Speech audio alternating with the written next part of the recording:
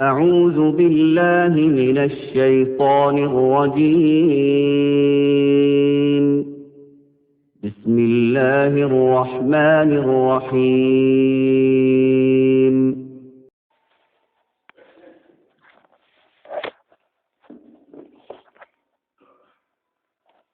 بسم الله الرحمن الرحيم.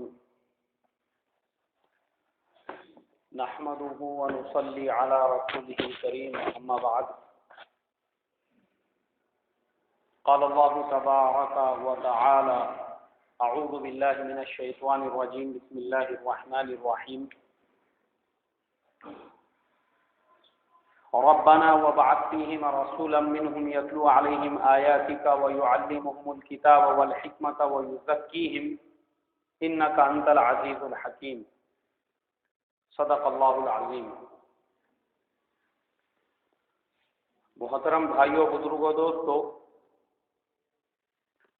ہم لوگ سیرت کا بیان سن رہے ہیں. پہلے جمعہ کو ہم نے سنا اللہ کے نبی صلی اللہ علیہ وسلم کی ولادت سے پہلے دنیا کے حالات اور آپ صلی اللہ علیہ وسلم کی ولادت. یہ ہمارا دوسرا جمعہ ہے اور آج ہم سنیں گے اللہ کے پیارے نبی صلی اللہ علیہ وسلم کا بچپن، آپ صلی اللہ علیہ وسلم کی جوانی اور آپ صلی اللہ علیہ وسلم کی شادی، اس کے بعد سے نبوت تک کے حالات. محترم بھائیوں، بزرگوں، دوستو، پچھلے جمعہ ہم نے یہاں تک سنا تھا کہ حلیمہ سعدیہ رضی اللہ تعالی عنہا رسول اللہ صلی اللہ علیہ وسلم کو دودھ پلانے کے لیے اپنے قبیلے بنو سعد میں لے کر آئی جو طائف میں تھا. آپ صلی اللہ علیہ وسلم کو جب 2 سال ہوئے ان کے قبیلے میں، اور ہم نے یہ بھی سنا تھا کہ آپ صلی اللہ علیہ وسلم کے پہنچنے کے بعد ان کے قبیلے پر رحمتوں اور برکتوں کی بارش ہونے لگی. 2 سال کے بعد حضرت حلیمہ سعدیہ اللہ کے پیارے نبی صلی اللہ علیہ وسلم کو واپس مکہ لے کر آئی. آپ صلی اللہ علیہ وسلم کی والدہ حضرت آمینہ آپ کے دادا حضرت عبد المطلب سے ملانے کے لیے، اور چند دن مکے میں قیام کرنے کے بعد واپس اپنے وطن طائف کو چلی گئی، اور اللہ کے نبی صلی اللہ علیہ وسلم ان کے ساتھ میں تھے. اور 2 سال اللہ کے نبی صلی اللہ علیہ وسلم ان کے ساتھ میں رہے. جب آپ صلی اللہ علیہ وسلم کی عمر مبارک 4 سال کو پہنچی تو ایک دن ایک واقعہ رونما ہوا کہ اللہ کے نبی صلی اللہ علیہ وسلم جنگل میں تھے.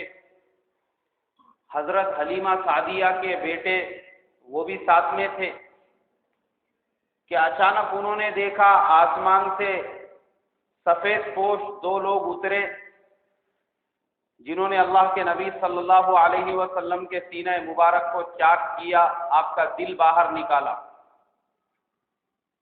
حضرت حلیمہ سعدیہ کے بیٹے یہ منظر دیکھ کے گھر کی طرف دوڑے اور بھاگتے ہوئے امی جان کے پاس جا کر ان کو پورا قصہ سنایا اور کہا کہ ہمارے مکے والے جو بھائی ہیں ان کے ساتھ میں یہ واقعہ پیش آیا. حضرت حلیمہ سعدیہ فوراً جنگل کی طرف دوڑی. انہوں نے اللہ کے نبی صلی اللہ علیہ وسلم کو سینے سے لگایا، گھر لے کر آئی، پوچھا کیا ہوا تھا.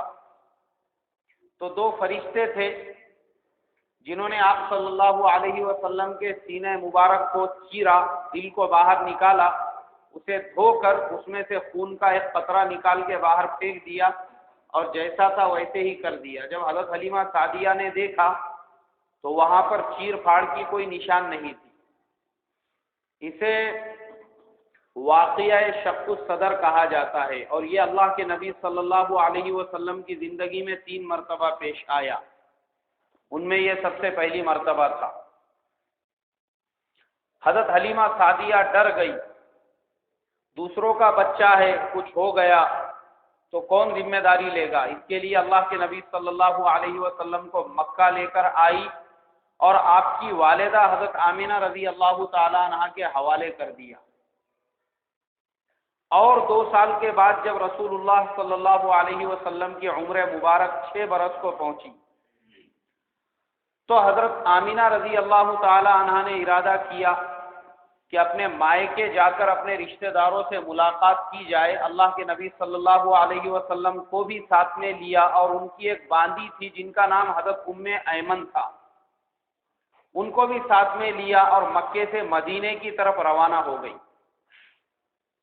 مدینہ پہنچنے کے بعد رشتہ داروں سے ملاقات کی، چند دن وہاں پر قیام کیا، اور جب مکہ مکرمہ کی طرف واپسی ہو رہی تھی تو راستے میں اچانک ان کی طبیعت خراب ہو گئی، طبیعت بگڑ گئی۔ ساتھ میں کوئی بھی نہیں، 6 برس کا بیٹا اور ایک باندی۔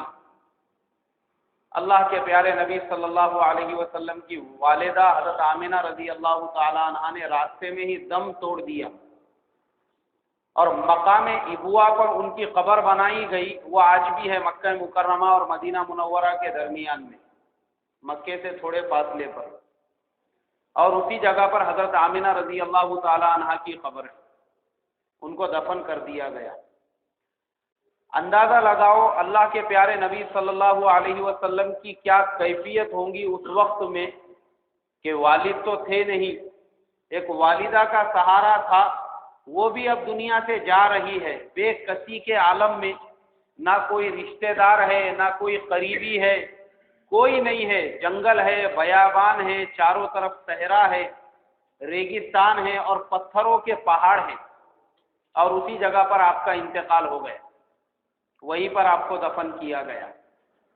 حضرت ایمن آپ صلی اللہ علیہ وسلم کو، جن کے سر سے اب والدہ کا بھی سہارا اٹھ چکا تھا، مکہ مکرمہ لے کر آئی، اور آپ صلی اللہ علیہ وسلم کو دادا حضرت عبد المطلب کے حوالے کر دیا۔ حضرت عبد المطلب نے رسول اللہ صلی اللہ علیہ وسلم کو سینے سے لگایا اور رونے لگے، کہنے لگے کہ بیٹا یہ تیرے ساتھ میں کیا ہو گیا کہ والد تو تیرے دنیا میں آنے سے پہلے ہی نہیں تھے، اب والدہ بھی چلی گئی۔ تو دادا نے اپنی کفالت میں رسول اللہ صلی اللہ علیہ وسلم کو لے لیا۔ دادا بھی کتنے سال جینے والے تھے، اور 2 سال کے بعد جب رسول اللہ صلی اللہ علیہ وسلم کی عمر مبارک 8 سال کو پہنچی، دادا حضرت عبد المطلب کا بھی انتقال کا وقت قریب آ گیا۔ انہوں نے انتقال سے پہلے اپنے بیٹے حضرت ابو طالب کو بلایا، اللہ کے نبی صلی اللہ علیہ وسلم کا ہاتھ ان کے ہاتھ میں دیا اور کہا کہ بیٹا یہ تیرے بھائی عبداللہ کی امانت ہے، اس کی حفاظت کرنا۔ اور حضرت ابو طالب کو اس لیے دیا کیونکہ حضرت ابو طالب اور اللہ کے پیارے نبی صلی اللہ علیہ وسلم کے والد حضرت عبداللہ دونوں ایک ہی ماں سے تھے، دونوں سگے بھائی تھے، اس لیے ان کے حوالے کیا، اور عبد المطلب کا بھی انتقال ہو گیا۔ رسول اللہ صلی اللہ علیہ وسلم فرماتے ہیں کہ جب میرے دادا حضرت عبد المطلب کا جنازہ اٹھا تو میں بھی ساتھ میں تھا، میں دھکے کھا کر کبھی ادھر جاتا کبھی ادھر جاتا، میرے سر پہ شفقت سے ہاتھ رکھنے والا کوئی نہیں تھا۔ حضرت ابو طالب نے آپ صلی اللہ علیہ وسلم کو اپنی کفالت میں لے لیا اور اپنی اولاد سے زیادہ آپ کو چاہنے لگے، اس لیے کہ بھائی کی امانت تھی اور بھائی بھی دنیا میں نہیں تھے۔ آپ صلی اللہ علیہ وسلم کو بھی اللہ تبارک و تعالی نے وہ ذکاوت اور فراست عطا کی تھی جو دنیا میں آج تک کسی کو نہیں ملی۔ آپ کے اوپر اتنی بڑی ذمہ داری آگے آنے والی تھی، اس لیے آپ صلی اللہ علیہ وسلم روزانہ چچا کی بکریوں کو جنگل لے کر جاتے اور انہیں چرایا کرتے تھے، تاکہ چچا کو یہ نہ محسوس ہو کہ بھتیجا میرے اوپر بوجھ بنا ہوا ہے۔ روزانہ بکریاں لے جاتے اور تجارت کے کاروبار میں چچا کا ہاتھ بٹاتے تھے۔ اللہ کے پیارے نبی صلی اللہ علیہ وسلم بچپن میں ہی اور بچوں سے بالکل الگ تھلگ تھے، آپ کے مزاج میں شرم و حیا کوٹ کوٹ کر بھری ہوئی تھی۔ آپ صلی اللہ علیہ وسلم حیا اور شرم کے پتلے تھے۔ آپ صلی اللہ علیہ وسلم ہمیشہ اکیلے رہنا پسند کرتے تھے۔ آپ صلی اللہ علیہ وسلم کی زبان سے اس وقت میں کبھی کسی نے کوئی ایسا لفظ نہیں سنا جو عیب دار ہو۔ اس عمر میں بھی آپ صلی اللہ علیہ وسلم کا یہ حال تھا، حالانکہ آپ اس وقت میں صرف 8 سال کے تھے۔ اس وقت میں بھی ایک واقعہ ہوا کہ بیت اللہ کی دیواریں بارش کی وجہ سے گر گئی، لوگ پتھر اٹھا اٹھا کر لا رہے تھے، آپ صلی اللہ علیہ وسلم بھی چھوٹے تھے، بچے تھے، آپ بھی اپنے سر کے اوپر پتھر لانے لگے۔ آپ صلی اللہ علیہ وسلم کے بدن پر ایک تہبند باندھا ہوا تھا۔ آپ کے چچا حضرت عباس رضی اللہ تعالیٰ عنہ نے دیکھا کہ میرے بھتیجے کو پتھر لانے میں تکلیف ہو رہی ہے، تو انہوں نے سوچا کہ آپ کا جو تہبند ہے وہ نکال کر اس کا ایک جو ہے اس کو چمبل کہتے ہیں، جو پتھر اٹھانے والے اپنے سروں پہ رکھتے ہیں، پتھر اور سر کے درمیان میں ویسا بنایا جائے تاکہ اللہ کے نبی صلی اللہ علیہ وسلم کو پتھر اٹھانے میں آسانی رہے۔ یہ سوچ کے حضرت عباس رضی اللہ تعالی عنہ نے جیسے ہی آپ کا تہبند کھینچا اور آپ صلی اللہ علیہ وسلم کا سطر ظاہر ہوا، آپ نے 8 سال کی عمر میں بھی یہ گوارا نہیں کیا کہ آپ کے سطر کو کوئی دیکھے، شرم کی وجہ سے آپ زمین پہ گر گئے اور بے ہوش ہو گئے۔ حضرت عباس رضی اللہ تعالیٰ عنہ نے فوراً آپ کا تہبند باندھ دیا۔ یہ آپ صلی اللہ علیہ وسلم کا مزاج تھا، اور آپ صلی اللہ علیہ وسلم کی عمر بڑھنے لگی۔ جب آپ صلی اللہ علیہ وسلم کی عمر مبارک 12 سال کو پہنچی تو چونکہ حضرت ابو طالب وہ تاجر تھے اور تجارت کا مال اس ملک سے اس ملک اور اس ملک سے اس ملک لے جایا کرتے تھے، تو ملک شام کا انہوں نے ارادہ کیا سفر کا۔ جانے لگے تو بھتیجے کو اکیلے چھوڑنا گوارا نہیں کیا، اس لیے کہ بہت زیادہ آپ صلی اللہ علیہ وسلم سے محبت تھی، ساتھ میں لے لیا۔ اللہ کے نبی صلی اللہ علیہ وسلم بھی ساتھ میں ہو گئے، چچا حضرت ابو طالب کے۔ ملک شام اس زمانے میں یہودیت اور عیسائیت کا مرکز تھا۔ یہود اور نصارہ دونوں کے لیے سب سے زیادہ بابرکت اور مقدس جگہ ملک شام تھی، اس لیے کہ بیت المقدس اور مسجد اقصی وغیرہ یہ سب اس زمانے میں ملک شام میں ہی آتی تھی۔ جب اللہ کے نبی صلی اللہ علیہ وسلم کو لے کر حضرت ابو طالب ملک شام کے قریب پہنچے تو عیسائیوں کی عبادت گاہ تھی، جسے ہم چرچ کہتے ہیں، گرجا گھر کہتے ہیں، اس کے قریب میں آپ کے قافلے نے قیام کیا۔ اللہ کے نبی صلی اللہ علیہ وسلم بھی ساتھ میں تھے۔ اس جگہ کا نام بسرا تھا، وہاں پر ایک راہب رہتا تھا جس کا نام بحیرہ تھا۔ وہ بحیرہ راہب آیا کچھ تجارت کا سامان خریدنے کے لیے، دیکھا اللہ کے پیارے نبی صلی اللہ علیہ وسلم کو تو آپ کو دیکھتے ہی رہ گیا، واپس گیا، اپنے مذہب کی کچھ کتابیں لے کر آیا، وہ کتابوں کو دیکھتا تھا اور پیارے نبی صلی اللہ علیہ وسلم کے نورانی چہرے کو دیکھتا تھا، پھر کتابوں کے ورق پلٹنے لگا اور پھر پیارے نبی صلی اللہ علیہ وسلم کے نورانی چہرے کو دیکھنے لگا۔ ایسا اس نے کئی مرتبہ کیا۔ حضرت ابو طالب انہوں نے اس سے پوچھا، بحیرہ راہب سے، کہ بھائی کیا بات ہے، تم بار بار آ رہے ہو، کتابیں لے کر آتے ہو، میرے بھتیجے کو دیکھتے ہو اور کتابوں میں پڑھتے ہو، مسئلہ کیا ہے؟ بحیرہ راہب کہنے لگا کہ دیکھو، ہماری کتابوں میں آخری نبی کی جتنی علامتیں اور نشانیاں تھی وہ ساری کے ساری اس بچے کے اندر موجود ہیں۔ میرا مشورہ ہے اس کو ملک شام مت لے کر جاؤ، اگر یہود وہاں پر دیکھ لیں گے وہ اس بچے کو قتل کر دیں گے، اس کو یہیں سے مکہ واپس لے کر چلے جاؤ۔ حضرت ابو طالب نے اپنا سارا سامان تجارت وہیں پر بیچ دیا اور ان کو تجارت میں بہت زیادہ نفع ہوا اور وہیں سے مکہ مکرمہ کی طرف واپس روانہ ہو گئے۔ اور ایک روایت میں یہ ملتا ہے کہ وہ وہاں سے آگے ملک شام کی طرف روانہ ہو گئے اور رسول اللہ صلی اللہ علیہ وسلم کو کچھ لوگوں کے ساتھ وہیں سے مکہ مکرمہ کی طرف واپس بھیج دیا۔ بچپن سے ہی آپ صلی اللہ علیہ وسلم کے چہرے انور میں نبوت کی ساری نشانیاں موجود تھیں۔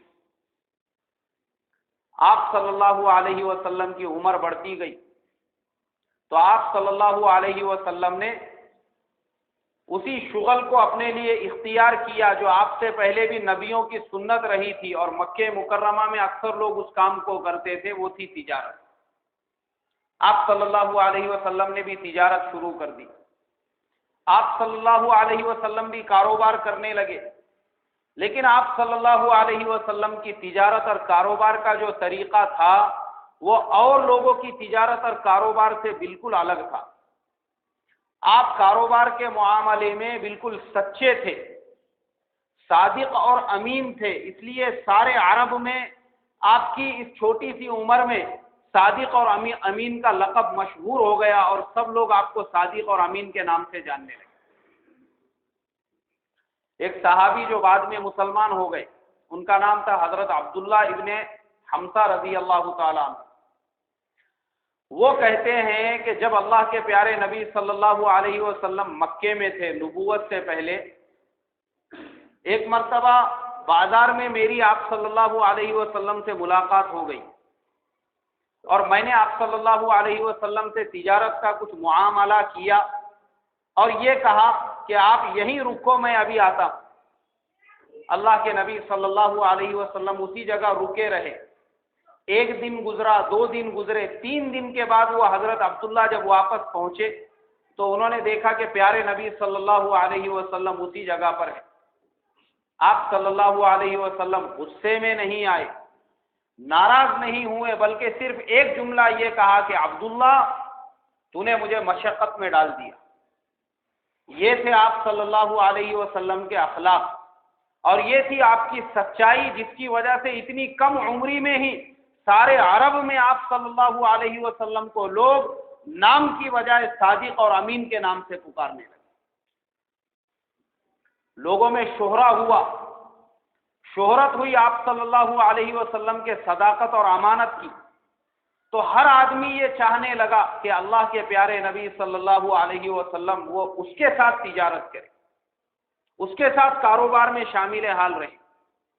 یہاں تک کہ مکہ مکرمہ میں ایک بیوہ عورت تھی جن کا نام حضرت خدیجۃ الکبریٰ رضی اللہ تعالی عنہا تھا۔ انہوں نے جب اللہ کے پیارے نبی صلی اللہ علیہ وسلم کے بارے میں سنا تو اپنے ایک رشتہ دار جن کا نام خزیمہ ابن حکیم تھا، ان کے ذریعے سے اللہ کے نبی صلی اللہ علیہ وسلم تک اپنی یہ بات پہنچائی کہ وہ بھی آپ صلی اللہ علیہ وسلم کے ساتھ میں تجارت کرنا چاہتی ہیں۔ انہوں نے دیکھا کہ آپ اتنے امانت دار ہیں، اللہ کے نبی صلی اللہ علیہ وسلم نے اس بات کو منظور کر لیا، کہا کوئی حرج نہیں ہے۔ آپس میں معاملہ طے ہوا کہ نفع کا اتنا حصہ آپ صلی اللہ علیہ وسلم کا رہے گا۔ اب آپ صلی اللہ علیہ وسلم ان کا تجارت کا مال لے کر ملک شام کی طرف روانہ ہوئے۔ اس وقت میں حضرت خدیجۃ الکبریٰ رضی اللہ تعالی عنہا کے غلام میسرہ اور ان کے وہ رشتہ دار بھائی خزیمہ ابن حکیم، وہ بھی آپ صلی اللہ علیہ وسلم کے ساتھ میں تھے۔ اب یہ قافلہ ملک شام کی طرف روانہ ہوا۔ ملک شام میں داخلے سے پہلے ایک جگہ پر اس قافلے نے قیام کیا۔ وہاں پر ایک راہب رہتا تھا جس کا نام نستورہ تھا۔ وہ راہب قافلے کو دیکھنے لگا، اس نے اپنی طرف سے سارے قافلے والوں کی کھانے کی دعوت کی۔ اللہ کے پیارے نبی صلی اللہ علیہ وسلم کو بھی دیکھا تو بس دیکھتا ہی رہ گیا۔ جیسا واقعہ بچپن میں آپ کے ساتھ پیش آیا تھا، ابھی بھی وہی واقعہ ہوا کہ یہ نستورہ راہب اپنے گرجا میں گیا، اپنی مذہبی کتابیں لے کر آیا، ان کو کھول کر پڑھنے لگا اور آپ صلی اللہ علیہ وسلم کے چہرے انور کو دیکھنے لگا۔ بار بار ان کتابوں میں دیکھتا اور آپ صلی اللہ علیہ وسلم کے چہرے انور کو دیکھتا۔ جب یہ معاملہ حضرت خزیمہ ابن حکیم نے دیکھا تو ان کو کچھ تردد ہوا کہ یہ بار بار کیا کرتا ہے، اس طریقے سے آپ صلی اللہ علیہ وسلم کو کیوں گھور رہا ہے۔ تو انہوں نے سارے قافلے والوں کو آواز دی، کہا کہ یا آل غالب یہاں پر آ جاؤ۔ سارے لوگ جمع ہو گئے، بولے کیا بات ہے؟ انہوں نے کہا کہ مجھے محمد ابن عبداللہ کی جان کا خطرہ محسوس ہو رہا ہے، کہ میں نے یہ دیکھا یہ راہب بار بار آ رہا ہے اور ان کو گھور رہا ہے. تو وہ راہب سب لوگوں کے سامنے کہنے لگا کہ بھائی میرا کوئی برا ارادہ نہیں ہے، بلکہ میں اس لیے ان کے چہرے انور کو بار بار دیکھ رہا ہوں کہ ہماری کتابوں میں آخری نبی کی جتنی نشانیاں ہیں وہ ساری کے ساری ان کے چہرے کے اندر موجود ہیں. اللہ کے پیارے نبی صلی اللہ علیہ وسلم کی نبوت کی نشانیاں آپ کے پیشانی سے ہی روشن ہوا کرتی تھی. پھر ایک واقعہ ہوا، اللہ کے پیارے نبی صلی اللہ علیہ وسلم اس گرجا سے تھوڑے دور فاصلے پر ایک زیتون کے درخت کے نیچے جا کر بیٹھ گئے.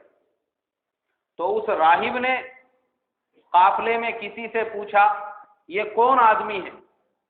انہوں نے کہا کہ یہ محمد ابن عبداللہ ہے، مکے کے شریفوں میں ان کا شمار ہوتا ہے، ان کو آج تک کسی نے جھوٹ بولتے ہوئے نہیں دیکھا، کبھی کسی نے امانت میں خیانت کرتے ہوئے نہیں دیکھا، یہ صادق الامین ہے اور مکے کے شرفاء میں سے ہے. تو وہ راہب کہنے لگا اگر یہ ایسے آدمی ہے جیسے تم نے کہا ہے تو خدا کی قسم میری اس بات کو تم لکھ کر رکھ لینا کہ یہ آگے چل کر نبوت کا دعویٰ کریں گے، اس لیے کہ یہ اللہ کے آخری نبی ہے. حضرت عیسیٰ علیہ نبینا علیہ الصلاۃ والسلام سے لے کر آج تک 600 سال ہو چکے ہیں، اس درخت کے نیچے کوئی دوسرا آدمی نہیں بیٹھا. عیسیٰ علیہ السلام کے بعد اس درخت کے نیچے بیٹھنے والے یہ پہلے آدمی ہیں، اور میرا یقین ہے کہ یہ وہی آخری نبی ہے جن کے بارے میں ہماری کتابوں میں پیشن گوئیاں کی گئی ہے اور بشارتیں دی گئی. یہ سارے واقعات ہو رہے تھے حضرت خدیجۃ الکبریٰ رضی اللہ تعالی عنہ کے غلام میسرہ اور ان کے رشتہ دار خزیمہ ابن حکیم کے سامنے. سفر سے واپسی ہوئی، واپسی میں ان لوگوں نے اللہ کے پیارے نبی صلی اللہ علیہ وسلم کی صداقت کو، امانت کو ان سے سنایا، بیان کیا، اور یہ سارے واقعات ان کے سامنے بیان کیے. تو حضرت خدیجۃ الکبریٰ رضی اللہ تعالی عنہا کے دل میں آپ صلی اللہ علیہ وسلم کی عظمت اور عزت اور زیادہ بڑھ گئی. انہوں نے اور آپ صلی اللہ علیہ وسلم کے ساتھ میں تجارتی معاملہ کیا، اور آپ صلی اللہ علیہ وسلم ان کا سامان لے کر پھر یمن گئے، بحرین گئے، اور کئی سفر آپ صلی اللہ علیہ وسلم نے ملک شام کی طرف کیے. ان تمام تجربات کے بعد حضرت خدیجۃ الکبریٰ رضی اللہ تعالی عنہا نے دیکھا کہ کبھی بھی ایسا نہیں ہوا کہ ان کو آدمی بھیجنا پڑا اللہ کے نبی صلی اللہ علیہ وسلم کے پاس یہ بولنے کے لیے کہ میرا حصہ کہاں ہے. اس سے پہلے کہ وہ کچھ کہتی، اللہ کے نبی صلی اللہ علیہ وسلم خود ان کا سارا حصہ ان کو پہنچا دیا کرتے تھے. انہوں نے جب یہ امانت اور صداقت دیکھی تو وہ بیوہ عورت تھی، ان کے دل میں نکاح کا خیال پیدا ہوا کہ اللہ کے نبی صلی اللہ علیہ وسلم کے ساتھ میں نکاح کیا جائے. تو انہوں نے آپ صلی اللہ علیہ وسلم کی پھوپھی حضرت عاتقہ بنت عبد المطلب کے ہاتھ یہ پیغام بھیجا، ان سے یہ کہا کہ میں آپ کے بھتیجے سے نکاح کرنا چاہتی ہوں. اللہ کے پیارے نبی صلی اللہ علیہ وسلم نے اپنے چچا حضرت ابو طالب سے مشورہ کیا اس معاملے کے بارے میں. ہاں دیکھو، یہ بہت سوچنے کی اور غور کرنے کی بات ہے ہمارے ان نوجوانوں کے لیے جو آج کے زمانے میں اپنے گھر کے بوڑھے بزرگوں سے مشورہ کرنے کو عیب سمجھتے. ان کو یہ لگتا کہ نہیں، ہم کو پوچھنے کی ضرورت نہیں ہے، ہم سب سے شانے ہیں بولے. اور یہاں پہ ہمارے پیارے نبی صلی اللہ علیہ وسلم جن کی عمر مبارک اس وقت میں 25 سال کو پہنچ چکی تھی، سارا عرب ان کو صادق اور امین کہتا تھا، اور ان کی پھوپھی حضرت عاتقہ کے ذریعے سے یہ رشتہ پہنچا تھا آپ صلی اللہ علیہ وسلم کے. حالانکہ وہ چچا تھے، والد بھی نہیں تھے، اور آپ تو خود کفیل تھے، خود کا کاروبار تھا، خود کا بزنس کرتے تھے، کسی سے پوچھنے کی ضرورت نہیں تھی. مگر پھر بھی چچا کو بڑا مرتبہ دیا، چچا کو ان کا مقام اور مرتبہ عطا کیا، چچا کی خدمت میں پہنچے، اور چچا سے یہ کہا کہ میرے لیے ایسا ایسا رشتہ آیا ہے، آپ کیا کہتے ہیں؟ تو چچا نے قبول و منظور کر لیا، اور پھر چچا نے نکاح کی بات کی، اور پھر اللہ کے پیارے نبی صلی اللہ علیہ وسلم کا نکاح حضرت خدیجۃ الکبریٰ رضی اللہ تعالی عنہا سے ہو گیا. اس نکاح کی مجلس میں اس وقت کے بڑے بڑے جو مکے کے شرافا تھے وہ موجود تھے، جن میں ورقہ ابن نوفل بھی تھے، جو بتوں کی پرستش نہیں کیا کرتے تھے۔ اور اللہ کے نبی صلی اللہ علیہ وسلم کے چچا حضرت ابو طالب نے نکاح کا خطبہ پڑھا، اور خطبے میں کہا کہ لوگوں، میرا بھتیجا جس کی امانت اور صداقت کو آج صرف عرب جانتا ہے، ایک وقت ایسا آئے گا کہ پوری دنیا میرے بھتیجے کی امانت اور صداقت کو جانے گی۔ اور اس وقت میں اللہ کے نبی صلی اللہ علیہ وسلم کی عمر مبارک صرف 25 سال تھی۔ نکاح ہو گیا آپ صلی اللہ علیہ وسلم کا۔ اس کے بعد آپ صلی اللہ علیہ وسلم مکے والوں کی نظروں میں اور بھی زیادہ عزیز بن گئے، اور مکے والوں نے آپ صلی اللہ علیہ وسلم کو اپنا سردار طے کر دیا، اپنا حاکم طے کر دیا۔ کہ ایک واقعہ رونما ہوا، اس واقعے کی روشنی میں کہ جہاں پہ مکے کے بڑے بڑے سردار تھے، لوگوں نے کسی کو آگے نہیں بڑھایا، آپ صلی اللہ علیہ وسلم کو آگے بڑھایا، اس کا مطلب اپنا انہوں نے سردار مان لیا۔ اور وہ واقعہ کیا تھا؟ وہ واقعہ یہ تھا کہ مکہ مکرمہ میں بارش ہوئی، بارش کی وجہ سے بیت اللہ کی جو دیواریں تھیں ان میں دراریں پڑ گئی، کچھ پتھر ادھر ادھر گر گئے۔ مکے والوں نے مشورہ کیا کہ بیت اللہ کو دوبارہ تعمیر کیا جائے۔ تو لوگوں نے کہا کہ بیت اللہ کو دوبارہ تعمیر کرنا ہے تو یہ جو دیواریں پھٹ چکی ہے، پھیل چکی ہے، ان کو گرانا پڑے گا، پھر دوبارہ تعمیر شروع ہوں گی۔ مگر کسی کی ہمت نہیں ہوئی آگے بڑھنے کی کہ بیت اللہ کو اگر گرائیں گے تو مکہ پر عذاب آ جائیں گا۔ مگر چونکہ ان کی نیت بیت اللہ کو دوبارہ تعمیر کرنے کی تھی، اس لیے ولید ابن مغیرہ آگے بڑھے اور انہوں نے بیت اللہ کی دیوار کو منتشر کر دیا، سارے پتھروں کو الگ کر دیا۔ اب مکے والوں نے اپنی اپنی حلال کمائی کو جمع کیا۔ پتہ چلا کہ جدہ میں ایک پانی کا جہاز ٹوٹ کر پڑا ہوا ہے، کچھ لوگ وہاں پر گئے اور اس جہاز کی لکڑی انہوں نے خرید لی بیت اللہ کی چھت بنانے کے لیے، اسے لے کر آئے۔ لانے کے بعد میں بیت اللہ کی تعمیر شروع کی تو بیت اللہ وہ جو بنا ہوا تھا وہ حتیم کا پورا حصہ بیت اللہ کے اندر تھا، لیکن مکے والوں نے جب بیت اللہ کو بنانا شروع کیا تو انہوں نے کہا کہ اگر ہم حدود ابراہیمی پر بیت اللہ کی تعمیر کریں گے تو ہمارے پاس اتنا پیسہ نہیں ہے کہ اتنا بڑا ہم جو ہے بیت اللہ تعمیر کر سکے، اس لیے حتیم کے حصے کو باہر چھوڑ دیا اور نہیں انہوں نے بنیاد ڈالی ایک طرف سے اور بیت اللہ کی دیواریں باندھنے لگے۔ اب جب بیت اللہ کی تعمیر شروع ہو گئی اور بیت اللہ کی دیواریں وہاں تک پہنچ گئی جہاں پر حجر اسود ہے، تو آپس میں پھر بڑائی کی بات آ گئی۔ ہر قبیلہ ایک دوسرے سے یہ کہنے لگا کہ ہم تمہارے سے بڑے ہیں، ہم سب سے بڑے ہیں، ہم حجر اسود رکھیں گے۔ یہاں تک کہ آپس میں تلواریں نکل گئی حرم شریف کے اندر، اور لوگ ایک دوسرے کے خون کے پیاسے ہو گئے، یہاں تک کہ کچھ قبیلوں نے خون میں اپنی انگلیاں ڈبو لی اور یہ قسم کھا لی کہ جب تک زندہ رہیں گے لڑتے رہیں گے مگر حجر اسود تو ہم ہی رکھیں گے۔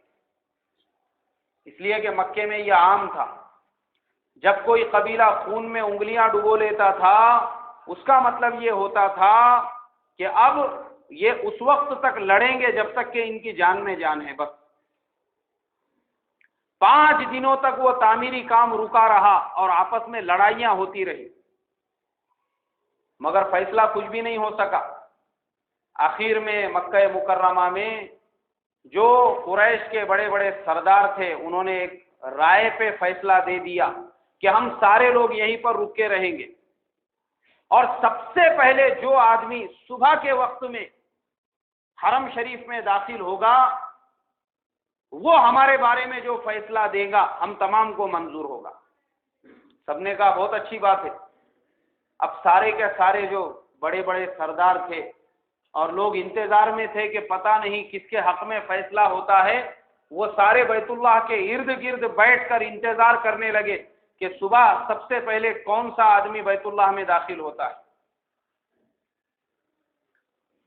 رات گزر گئی، صبح صبح کا جب وقت ہوا تو اللہ کے پیارے نبی صلی اللہ علیہ وسلم تمام لوگوں کو نظر آنے لگے، اور سارے کے سارے لوگوں نے جب پیارے نبی صلی اللہ علیہ وسلم کے نورانی چہرے کو دور سے ہی دیکھا تو سارے مجمع کے اندر ایک شور اٹھا، لوگ چیخنے اور چلانے لگے کہ صادق آ گئے، امین آ گئے، اور سارے لوگ مطمئن ہو گئے کہ اب یہ جو بھی فیصلہ دیں گے وہ فیصلہ سب کے حق میں بہتر ہوگا، اب کسی کے ساتھ میں ناانصافی نہیں ہوگی۔ پیارے نبی صلی اللہ علیہ وسلم قریب پہنچے، آپ صلی اللہ علیہ وسلم نے اپنی مبارک چادر کو زمین پہ بچھا دیا، حجر اسود کو اٹھایا، اس کے اوپر رکھا، اور تمام قبیلوں کے سرداروں سے کہا کہ آؤ سب مل کر اس چادر کو اٹھا لو، تو سارے کیا سارے حجر اسود کے اٹھانے میں برابر کے شریک ہو جائیں گے۔ تمام نے کہا کہ واقعی میں آپ کا جو فیصلہ ہے اس میں کسی کی حق تلفی نہیں ہو رہی ہے، کیونکہ چادر کا حصہ سب کو اٹھانے مل رہا ہے، اب نہ کوئی بڑا رہا نہ کوئی چھوٹا رہا، سارے قبیلوں کے سرداروں نے مل کر اس چادر کے ایک ایک حصے کو پکڑا، اس کو اوپر اٹھا دیا، اور جب وہ حجر اسود کے جہاں پر آج حجر اسود ہے اس کنارے پر پہنچے، پیارے نبی صلی اللہ علیہ وسلم نے اپنے مبارک ہاتھوں سے حجر اسود کو اٹھایا اور اس جگہ پر نصب کر دیا جہاں پہ آج بھی حجر اسود لگا ہوا ہے۔ مکے والوں نے آپ کو اپنا سردار تسلیم کر لیا کہ آپ کا جو فیصلہ تھا یہ سب سے زیادہ صداقت اور امانت والا فیصلہ تھا، اور اس وقت میں پیارے نبی صلی اللہ علیہ وسلم کی عمر شریف 35 سال کو پہنچ چکی تھی، یہ اس وقت کا واقعہ ہے۔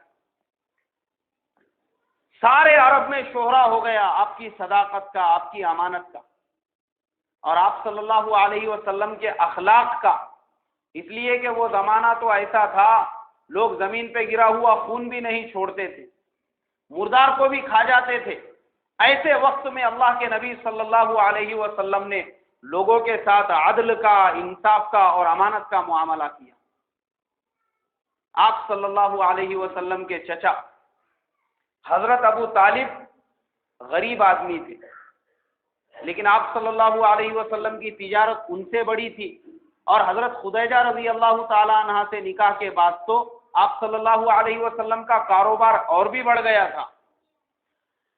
آپ صلی اللہ علیہ وسلم غریبوں کا ایسا خیال رکھا کرتے تھے کہ آپ نے اپنے چچا حضرت عباس رضی اللہ تعالی عنہما سے کہا کہ چچا جان، دوسرے چچا حضرت ابو طالب غریب آدمی ہے، کنبہ بہت بڑا ہے، میرا یہ دل چاہتا ہے کہ ان کی اولادوں کو ہم اپنی کفالت میں لے لیں تاکہ ان کا بوجھ کچھ کم ہو جائے۔ یہ مشورہ جب حضرت ابو طالب کے سامنے پیش کیا گیا بہت خوش ہوئے، اور ایک بیٹے کو کہا کہ عقیل کو میں اپنے پاس رکھوں گا، حضرت جعفر رضی اللہ تعالیٰ عنہ کو حضرت عباس رضی اللہ تعالیٰ عنہ کے حوالے کر دیا، اور حضرت علی کرم اللہ وجہہ کو پیارے نبی صلی اللہ علیہ وسلم نے اپنی کفالت میں لے لیا۔ اس وقت ان کی عمر شریف صرف 5 سال تھی۔ اللہ کے نبی صلی اللہ علیہ وسلم ان کی کفالت کرنے لگے، غریبوں کا خیال رکھنے لگے، یہاں تک کہ غلاموں کے ساتھ میں بھی اس وقت میں آپ صلی اللہ علیہ وسلم کا جو معاملہ تھا، تاریخ میں اس کے بھی واقعات لکھے ہوئے ہیں کہ حضرت خدیجہ رضی اللہ تعالی عنہا کے بھتیجے جن کا نام حکیم ابن حزام تھا، ایک بازار سے غلام خرید کر لے کر آئے، ایک بچہ تھا چھوٹا تھا، اور ان کا نام تھا زید ابن حارثہ۔ وہ انہوں نے لا کر اپنی پھوپھی کو دے دیا اور کہا کہ پھوپھی جان یہ غلام آپ کو ہدیہ ہے، اس کو اپنے پاس میں رکھو۔ حضرت خدیجۃ الکبریٰ رضی اللہ تعالی عنہا نے وہ غلام پیارے نبی صلی اللہ علیہ وسلم کو ہدیے میں دے دیا، کہا کہ اس کو آپ رکھ لو۔ اللہ کے نبی صلی اللہ علیہ وسلم کے اخلاق دیکھیے، یہ اس وقت کا واقعہ ہے جب آپ کو نبی بننے میں ابھی 5 سال باقی تھے۔ آپ صلی اللہ علیہ وسلم نے حضرت زید ابن حارثہ کو ایسے پالا پوسا جیسے لوگ اپنی سگی اولاد کو پالتے اور پوستے ہیں، حالانکہ وہ وقت ایسا تھا کہ لوگ غلاموں کو جانوروں سے بھی زیادہ بدتر سمجھتے تھے، غلاموں کی گردنیں اڑا دیتے تھے، غلاموں کو نشانہ لگایا کرتے تھے اپنے تیر کے نشانے کو چیک کرنے کے لیے، غلاموں کی آنکھیں پھوڑ دیتے تھے، اس وقت میں اللہ کے پیارے نبی صلی اللہ علیہ وسلم نے ایک زر خرید غلام زید ابن حارثہ رضی اللہ تعالیٰ عنہ کے ساتھ وہ سلوک کیا جو لوگ اپنی سگی اولادوں کے ساتھ میں بھی نہیں کرتے۔ اور تاریخ اس بات کی شاہد ہے، مولانا اکبر شاہ نجیب آبادی نے رحمت اللہ علیہ نے بہترین انداز میں اس واقعے کو آگے یہ لکھا کہ جب حضرت زید ابن حارثہ رضی اللہ تعالیٰ عنہ کے والد حضرت حارث کو یہ پتا چلا کہ میرا بیٹا مکے میں قبیلہ بنو ہاشم کے ایک آدمی کے پاس میں ہے، وہ ان کے بھائی حضرت کعب کو ساتھ میں لے کر مکہ مکرمہ کی طرف روانہ ہو گئے۔ حالانکہ وہ بیٹے کو اتنا چاہتے تھے کہ بیٹے کی چاہ میں، تمنا میں اور تلاش میں سارے عرب میں انہوں نے اپنے اونٹ کو دوڑا دیا تھا، ساتھ میں دینار اور درہم بھی لے کر آئے مکہ مکرمہ میں۔ پوچھا کہ بنو ہاشم کے وہ کون سے آدمی ہیں جن کے پاس میرا بیٹا زید ابن حارثہ ہے؟ پتا چلا کہ وہ تو پیارے نبی صلی اللہ علیہ وسلم ہیں، جن کی امانت اور صداقت کا پورے عرب میں شہرہ ہے۔ اللہ کے پیارے نبی صلی اللہ علیہ وسلم کی خدمت میں جب پہنچنے کے بعد کہا کہ میرا بیٹا زید آپ کا غلام ہے، میں اس کو لے جانے کے لیے آیا ہوں، اور آپ اس کے بدلے میں جو مانگیں گے میں آپ کو دوں گا۔ میں اپنے ساتھ بہت سارے دینار، بہت سارے درہم بھی لے کر آیا۔ اللہ کے نبی صلی اللہ علیہ وسلم تو حسن اخلاق کا پتلا تھے۔ آپ صلی اللہ علیہ وسلم نے کہا کہ بھائی، اگر تمہارا بیٹا تمہارے ساتھ آنا چاہتا ہے، میری طرف سے کوئی زور زبردستی نہیں ہے، اس کو بغیر کسی قیمت کے اور بغیر کسی دینار اور درہم کے اپنے ساتھ میں لے کر چلے جا۔ حضرت زید کو بلایا گیا، وہ آئے۔ اللہ کے نبی صلی اللہ علیہ وسلم نے پوچھا کہ زید، ان لوگوں کو جانتے ہو؟ کہا کہ ہاں، یہ میرے والد ہے اور یہ میرے چچا ہے۔ آپ صلی اللہ علیہ وسلم نے کہا یہ تم کو لے جانے کے لیے آئے ہو، اگر تم ان کے ساتھ جانا چاہتے ہو تو چلے جاؤ، میری طرف سے پوری اجازت، باقی میرا حال بھی تم کو معلوم ہے۔ زید ابن حارثہ رضی اللہ تعالی عنہ اللہ کے نبی صلی اللہ علیہ وسلم سے چمٹ گئے، کہا کہ حضور، آپ کی ذات پر ایسے 100 ماں باپ قربان کرتا ہوں، میں ماں باپ کو چھوڑنے کو تیار ہوں، آپ کو نہیں چھوڑ سکتا۔ حالانکہ ان کی عمر اس وقت میں 8-10 سال تھی، اور اللہ کے نبی صلی اللہ علیہ وسلم کی ابھی یہ نبوت سے پہلے کا واقعہ ہے، ابھی آپ نبی نہیں بنے تھے، لیکن اس وقت آپ کے ایسے اخلاق تھے، محبت میں آپ نے بھی حضرت زید بن حارثہ کو اپنی گود میں اٹھا لیا، بیت اللہ کے قریب پہنچے جہاں پہ بڑے بڑے مکے کے سردار بیٹھے ہوئے تھے، اعلان کر دیا کہ اے سرداروں، آج کے بعد اس زید کو زید ابن حارثہ کوئی نہیں کہے گا، یہ زید ابن محمد ہے۔ اور اس کے بعد ان کا نام وہی پڑ گیا، لوگ ان کو زید ابن حارثہ کی بجائے زید ابن محمد کے نام سے پکارنے لگے۔ اب میرے بھائیوں، اس ہفتے کا ہمارا بیان یہیں پر ختم ہوتا ہے۔ اگلے ہفتے اللہ کے نبی صلی اللہ علیہ وسلم کی نبوت کا ملنا، نبوت کے بعد تکلیفوں اور مصیبتوں کا برداشت کرنا، یہ سارے واقعات بیان ہوں گے۔ اگر آپ شروع سے سننا چاہتے ہیں اور آپ کے دل میں واقعی میں آپ سچے عاشق رسول ہے تو وقت پہ مسجد میں پہنچ جائیے۔ انشاءاللہ اللہ کی ذات سے 100% امید ہے کہ پیارے نبی صلی اللہ علیہ وسلم کی جو مبارک زندگی ہے وہ ہم اسی طریقے سے سنتے رہیں گے تو ضرور ہماری زندگیوں میں بھی ایک نیا انقلاب پیدا ہوگا۔ بس سنتیں پڑھنے سے پہلے ایک مرتبہ درود شریف پڑھ لیجیے، اللہم صلی علی سیدنا۔ ٹھیک ہے، اب جن کی سنتیں باقی ہے وہ سنتیں پڑھ